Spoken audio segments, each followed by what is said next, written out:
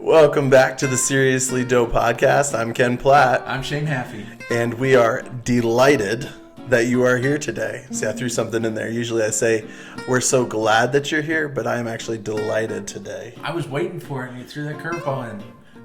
I was thinking, like, the thesauruses are a really good thing. So I said, we're not just glad, now we're delighted. And so delighted you're here, and we are just talking through some stuff today. We're not talking about words today. We're talking about English muffins today. But before we get to English muffins, a few housekeeping things. First of all, thank you so much to all of you who are listening, who are sharing the podcast. But we're actually on Apple Podcasts now. It usually takes about a month. Apple's a little pretentious in regards to who they accept and who they don't. Their process takes longer. But we are finally on Apple Podcasts, which is really cool. But also, wherever you listen to podcasts, whether it's Google or Apple, Spotify, if there is a way that you can rate, if there is a way that you can review or anything like that, we would so appreciate if you would just make a couple seconds, just rate after or rate now, even just hit pause and just review it for us today and just say, hey, these guys are great. We did get one 5-star review. Thank you, whoever that was. Yeah, we don't know who it is because it doesn't tell us who 5-star reviews us. If you were the 5-star reviewer, you are amazing. Thank you. We love you. But also, one of the reasons why we ask for these reviews is because as people read them, it helps to bring things up in the order a little bit. Did I already say that? I don't think you did. Okay. No. Maybe last episode. Yeah, this is actually our second take because the first time I didn't hit record. Or third or fourth or fifth take. Yeah. The Hot Mess Express has entered the building. Choo choo. I actually said that in church a couple weeks ago. I said because I had printed out the wrong paper for a ritual for somebody to start their ordained ministry thing. Oh yeah. And I printed out. I hit print and then just grabbed the paper without looking at it. Yeah. And then I grabbed it out of my bag and I looked at it and I go, that is not what's supposed to be here. Was it like a funeral service or? No, it was. Actually, what's funny is the funeral service in the handbook that we use. I don't know if you use these, but the funeral service is literally right next to the marriage service. And I always open to marriage, but I hit funeral first and I'm like, nah, this one. But what I said to the people was, I was like, well, if you want to be a pastor here at Walpole Church, then just know that I'm a hot mess, and we accept hot messes as pastors here. So, that's right. But anyway, okay, we're way off topic. Let's go back. Please rate, review, whatever. Also, if you're on YouTube, subscribe. Hit that subscribe right now. And our episodes come out every 2 weeks or so, as our time allows. So yeah. Yeah, I think that's one of the things. People that watch YouTube, they just do that a lot, and but if you hit that subscribe button, it doesn't do much for yourself. I mean, it brings our videos up to the front, but it's not a big deal. It's not like you're giving away all your secret information and stuff like that. You just have to hit that button, and it's a big help for us in playing that algorithm game. That's it. And you get to see my deep brown eyes and Shane's baby blues. Yeah. So, I mean, that is a benefit of watching us on YouTube. But what also surprised me is we have more views on YouTube than we do on the listening part of it. So, Hey, thank you for whoever's watching. We really appreciate that. So let's roll into. Hey, you were also Facebook. We're going to talk about our Facebook page real quick. You actually gave some tips this week and had a little mishap. So tell us about that. Yeah, so I messed up terribly. Okay. I was making some rye bread. My parents were up visiting, and my dad was curious about the process for making that I go through for bread and stuff. He wanted to learn a little bit, and so I took him through it and was talking while I did it and got it all ready for the first rise, threw it in the oven, went and did a couple projects, and came back and got the bread out, and it did nothing. It looked the exact same as when I put it in there. And I go, oh no, that's not supposed to look like that. Not supposed to look like that. And so I panicked, like we all do, end of the world, and just give up on baking for the rest of my life. Just throw the whole thing in the garbage. Yeah, I'm no good anymore. I'm just going to go buy it at the store. But I did a quick Google search, and thankfully it brought us to our friends at King Arthur Flour, their website, and they one of the very first things is it says is like, don't throw away your dough. You can save it. And so really simple how to do it. You just 3 tablespoons of water, and then whatever the required amount of yeast is, you throw that in there, and then you mix it into the dough, and you treat it as your first rise. And it worked like a charm. It was so great. You wouldn't have ever been able to tell like otherwise. And the bread came out great. I also did a little experiment. I've never done this before, but I had seen a little like footnote. You know how we always just skip over footnotes? Sure, yeah, every time. I saw this footnote, and it said, don't throw away your pickle juice. Use that in place of the water in your rye bread.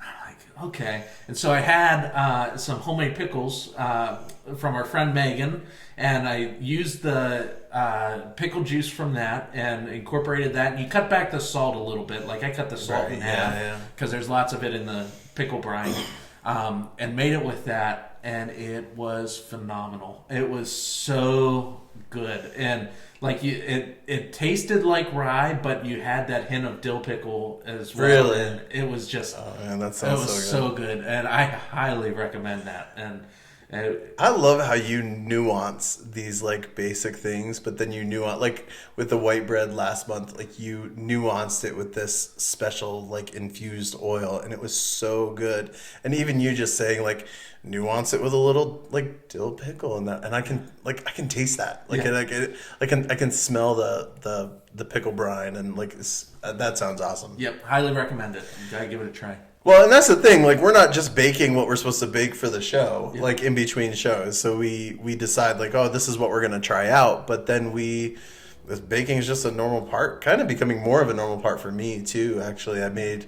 a couple white loaves this week, and they were perfect. I was very, very happy with them. But actually, while the white loaves were baking, we had some ripe bananas, so I made some banana bread. Yeah.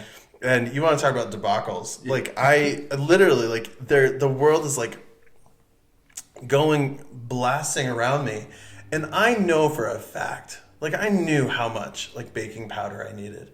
I knew I only needed a teaspoon. I knew it. And I'm like, it's just a teaspoon. And which one did I grab? The tablespoon. I grabbed that tablespoon. I grabbed it. I was like, bam, and I'm like looking at him, go, that looks like a lot. It's not. It's not supposed to be a tablespoon. And my daughter, Kinley, was right there. And I'm like, oh! And she's like, what's wrong? And I'm like, this is why.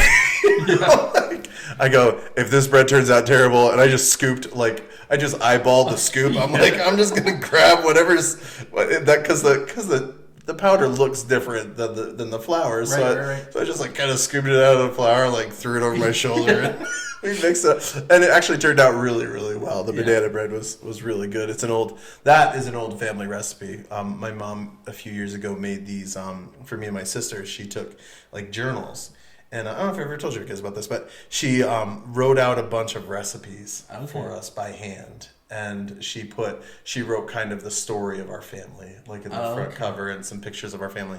So that's the banana bread I use, and I've been adding to that over the years. Like we add more recipes to it. That's cool. And I made a chicken pot pie the other day that had I made the crust from scratch, and it wasn't banana bread crust on the chicken. No, but that is you want to talk about nuances? That could be interesting. No.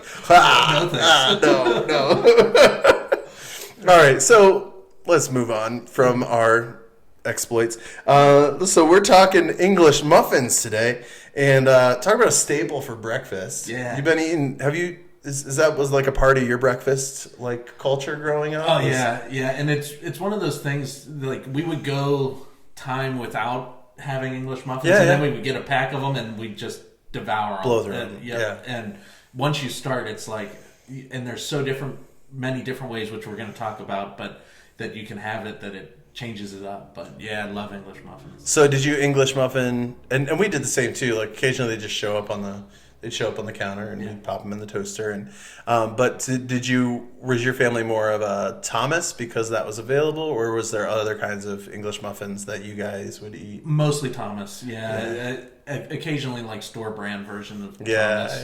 And and they're different. They're not the same. Oh, they're not the same. Yeah. And anyone who's listening can attest that there's something about the Thomas English muffin, which is where we're starting our story today. In 1874, Samuel Bath Thomas Good emigrated. guy. Yeah, really sweet man. Yeah. Emigrated from... Bless his heart. Bless his heart. Emigrated from the UK over here, and he was in Chelsea, New York, is where he set up shop. Okay. And he started with one bakery and then started another bakery, and he created what he called the toaster crumpet.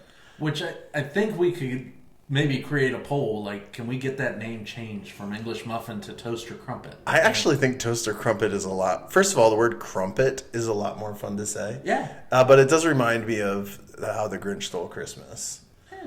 Because That's not a bad thing. Mount Crumpet. That's where he lived, right? Mount Crumpet. Yes. Okay. So It wasn't Mount Trumpet. though it could have been. But we had Let us know in the comment section where the Grinch lived. Or just so he created what he called the toaster crumpet. It wasn't like a crumpet's like a pancake with a hole in the top, and Right. it's made like with a ring thing, whatever. But he made something similar, but not similar. He made this thing because the crumpet is not a yeast based. It's a baking powder based Right.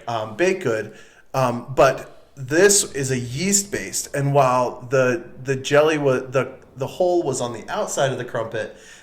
With the toaster crumpets, the holes are on the inside, which we know as nooks and crannies. Very fancy, very old, right? Very, very. Did you read at all about the nooks and crannies? I read that it was actually only in the 70s that they started talking about nooks and crannies. 70s and 80s, and that was part of their Thomas's marketing campaign, and they wanted it to feel old, but they utilize that, but it hasn't been around that long in regards to English muffins, except for the 70s and 80s.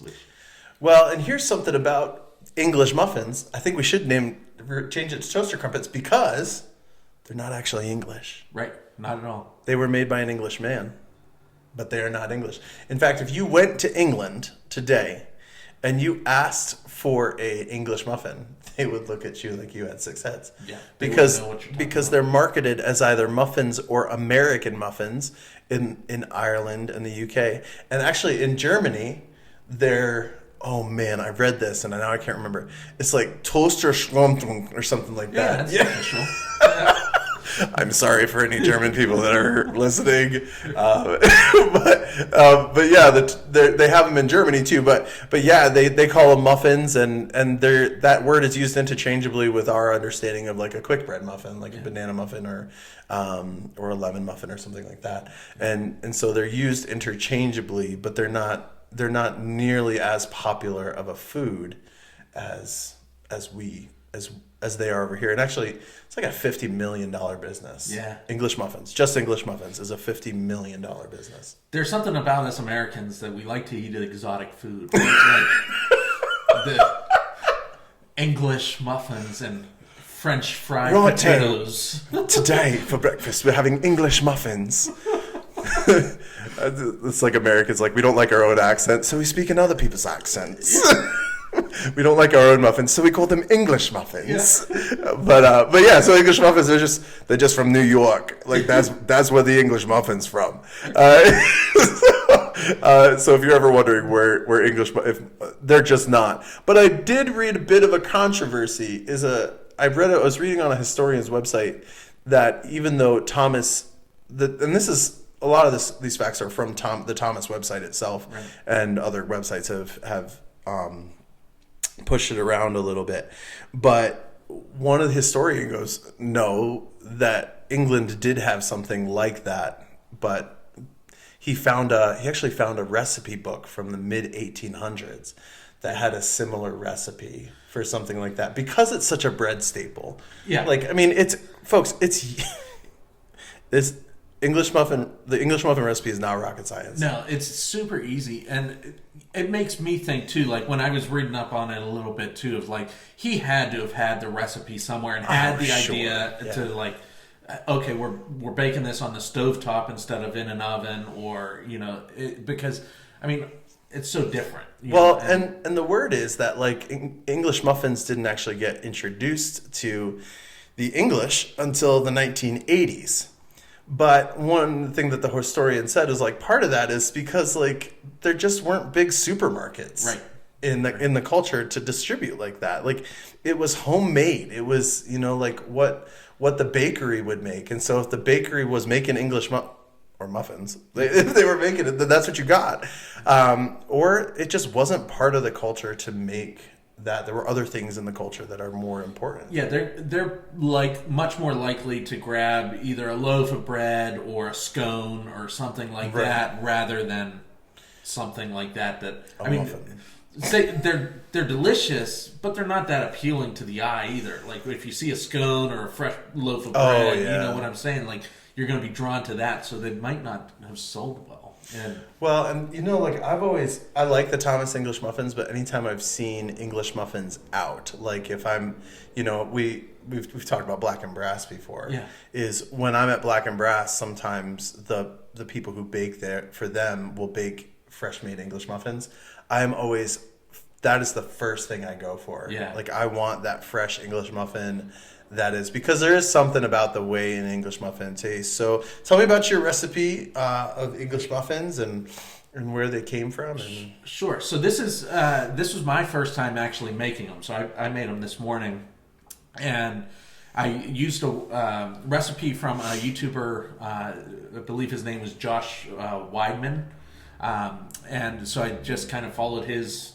He does like a quick. It's not a tutorial. It's just a real quick, and then he puts a recipe in the comment section. So I followed his, and it's basically it's milk and water, bread flour, butter, a little bit of salt, and a little bit of sugar, and you mix it up and let it rise just like any other bread.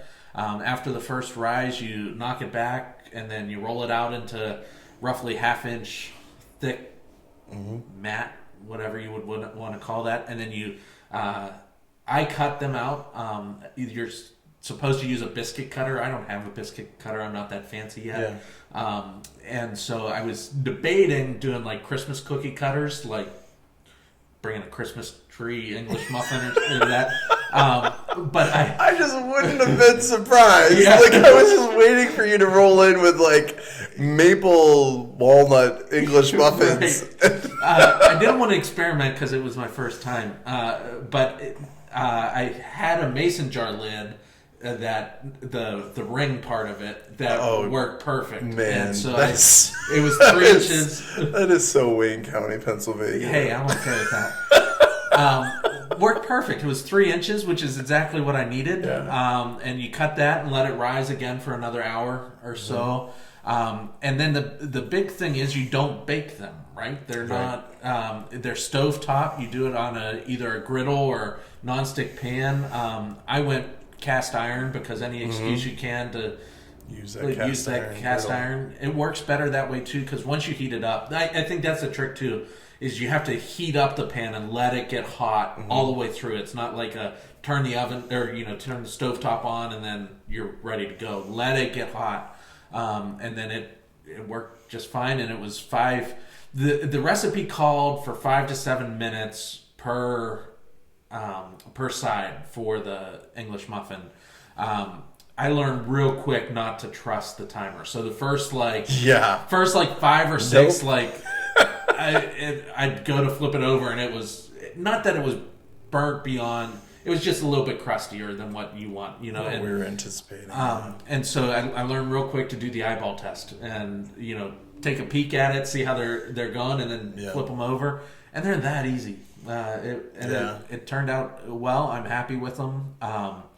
And I'll be making them again. So we're gonna have breakfast sandwiches for dinner tonight. Yes. So perfect. Looking forward to that. Yep. Yeah, and we're gonna talk about how we like to eat them in a minute. I think I forgot to go there first. Yes, we were supposed to do how we like it and then how we made it, but let's talk about yours. Let's talk about mine first. So I got mine from King Arthur Flour. Yep. Which is that is such a, we've talked about this before. It's such a good place, especially if you're starting out, you don't really have your own recipes or anything. Like it's a great place to start. But mine, so it starts with lukewarm milk. So you have to have the lukewarm milk, softened butter, and instant yeast. Yeah. So. Oh yeah, I forgot about that part. And then you combine all of that in a very non-plus manner. Like you just throw it in. Yeah. What's interesting is I had made English muffins before a few years ago when we first got our KitchenAid mixer. You know, that's like one of those things that growing up, my mom always wanted a KitchenAid mixer. And when she got a KitchenAid mixer, it was like an event in our house. Like it was like the KitchenAid, like angels. And so it was a big part of our household. So when I, got married and we got our own household, like I kept like wanting a KitchenAid mixer. Yeah. And the one day I was in Target a few years ago and I had seen the ad and then like just the way it worked, like it ended up being like $200 off this mixer. And I was like, today's the day. Yeah. So I came home, I'm like, honey, look what I got. Yeah. But from there, I just said, well, if we're going to have this really amazing mixer, I want to make as many things as I can with it. So English muffins, I don't know why I chose English muffins, but English muffins were one of those things that I just said, let's do it. And when I made them before, they were good, but they weren't as good as this recipe. So it was very similar to what you're talking about.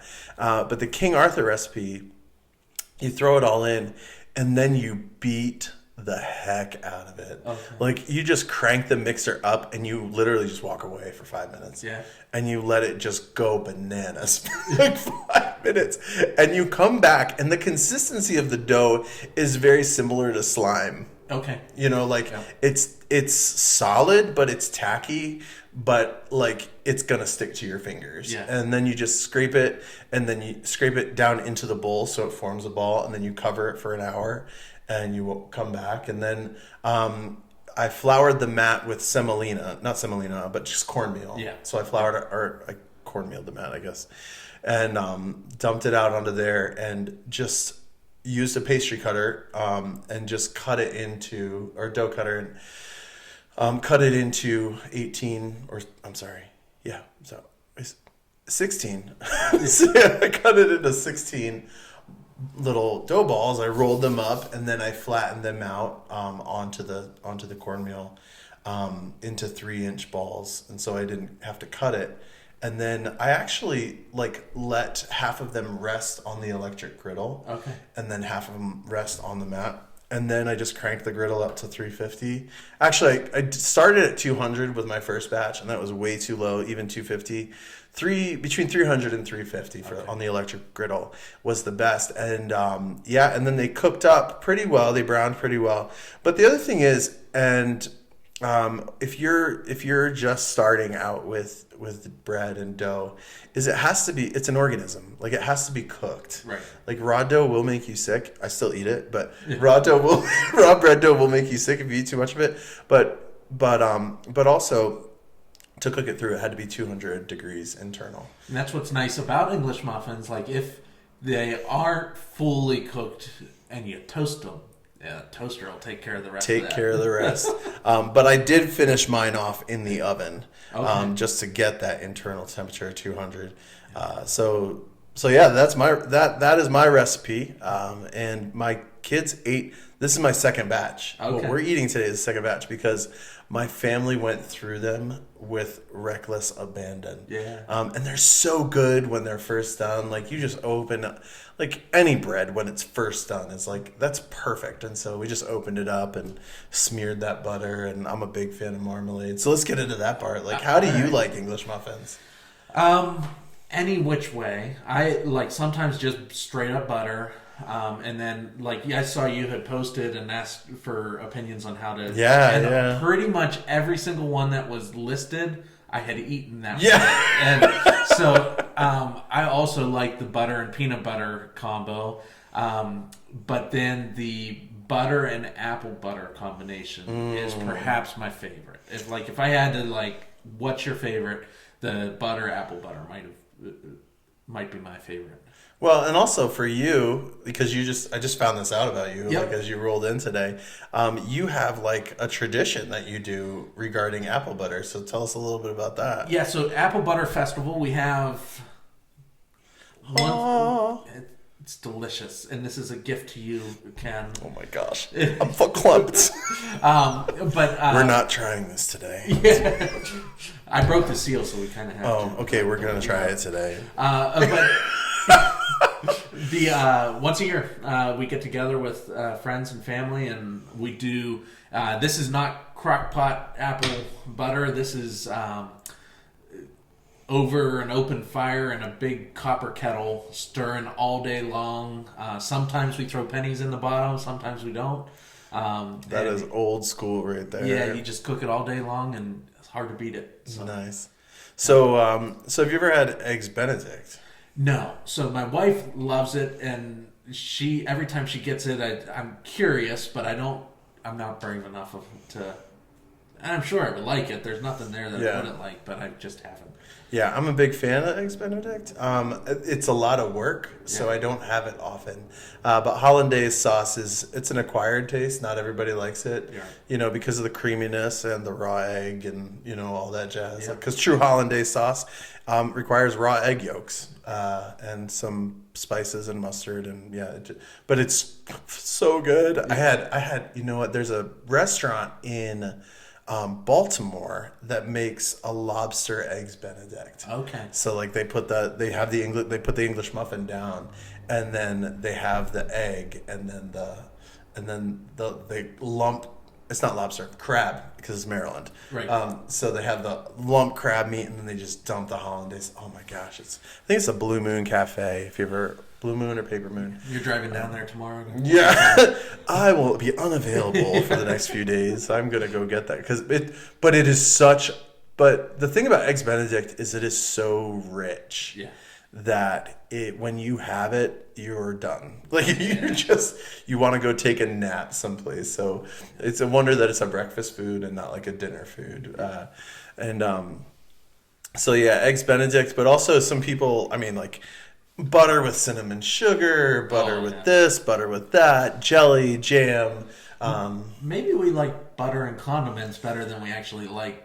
I believe we talk about butter every single episode. Yeah. Like if you want to make this an eating game, you have to take a bite of bread every time we say butter, but make sure there's butter on the bread when we say butter to eat the butter bread. But another person told me said my friend Christina from college, she likes to eat it with SOS. Have you ever had SOS? Yes. Yep. So SOS, if you don't know, is you go ask somebody. But it's poop on a shingle. You poop on a shingle, but the other word with an S. And I actually found out about that. I'd never heard of it before. Me and my sheltered life. Not really, but whatever. But I was in college, and we were at a diner, and the waitress was like, and we have SOS. We have SOS on toast. And I'm like, what is SOS? Yeah. And she looks at me like, are you just trying to get me to say it? Right. And I'm like, I really have no idea what you're talking about. Yeah. And she told me it. We moved on. But it's really good, cream chip beef. And Renee makes really good cream chip beef. And again, that's really good on not just toast, but also on English muffins. And cream gravy, too. That's sausage and gravy. You can't beat it. Gravy is... You can't lose with gravy. Nope. So win-win-win.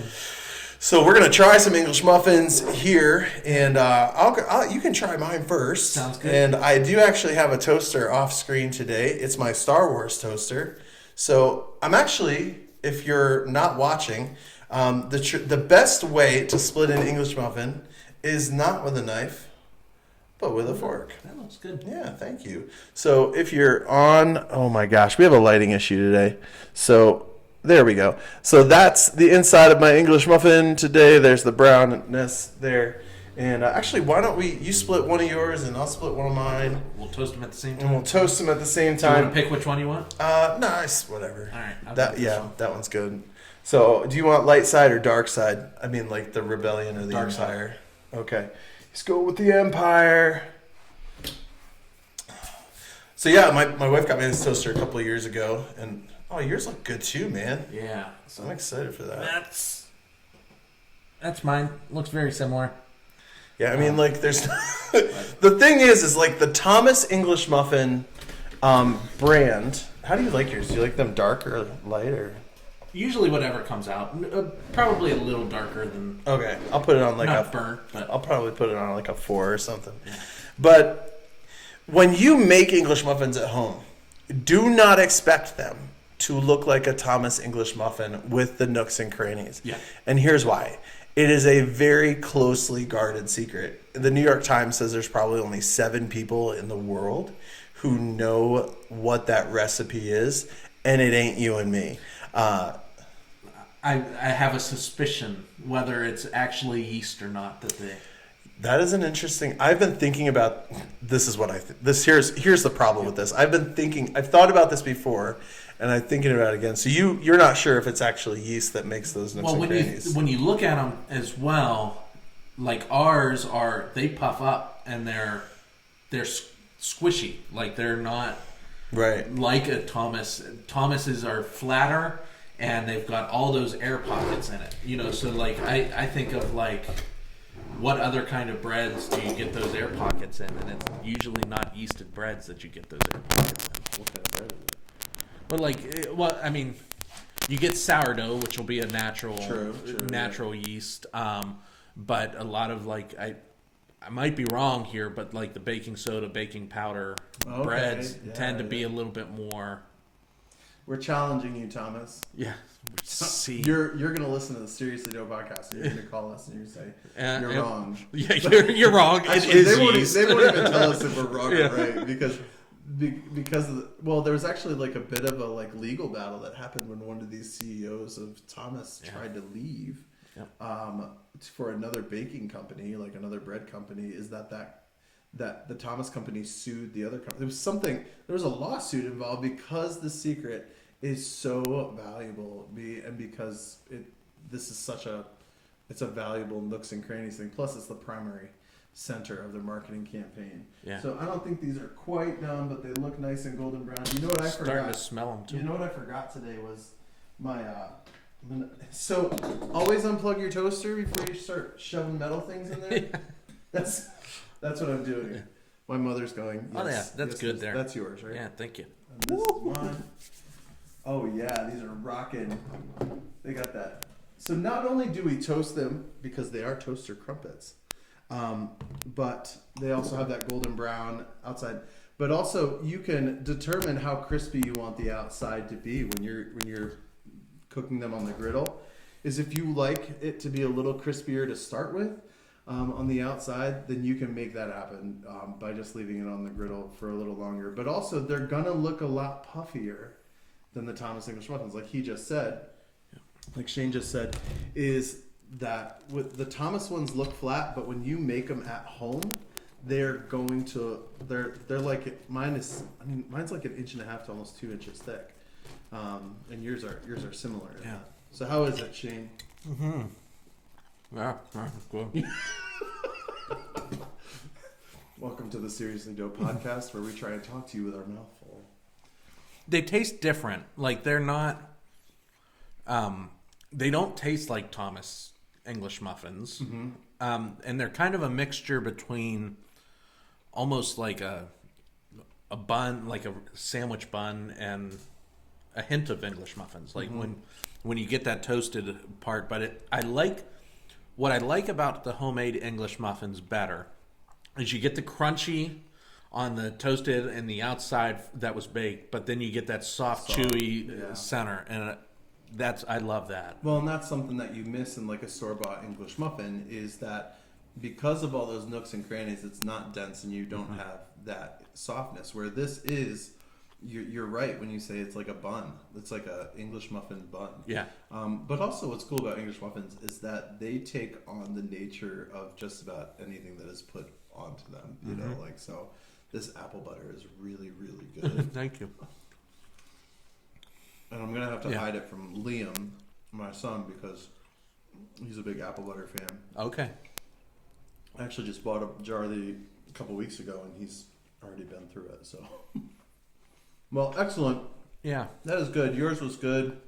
English muffins are English muffins. They taste very similar. Really not a lot of... Yeah, the flavor of both of ours tastes very similar. And which is nice to know we did something right or we both did something wrong. And I refuse to complain about that. They're so good. I've had a lot of English muffins this week. So. Do you want to preemptively pop those ones in for us and get them going? We're going to do that. We're going to finish these off afterwards. That's the great part about this is we eat afterwards. Yeah, when we're done, we sign off and we just keep eating. Yep. So. Yeah. Well, we're looking forward to the next episode as well, and we were talking about what we are wanting to do, and we wanted to still stick with bread a little bit, but we've been doing a lot of yeast breads and things like that, and came up with the idea of doing some sort of flatbread, so baking flatbread and leaving that up for interpretation as well of whether it's a naan or a Navajo flatbread or a pita, whatever we come up with, we'll bake that, and it'll be a little bit of a surprise too.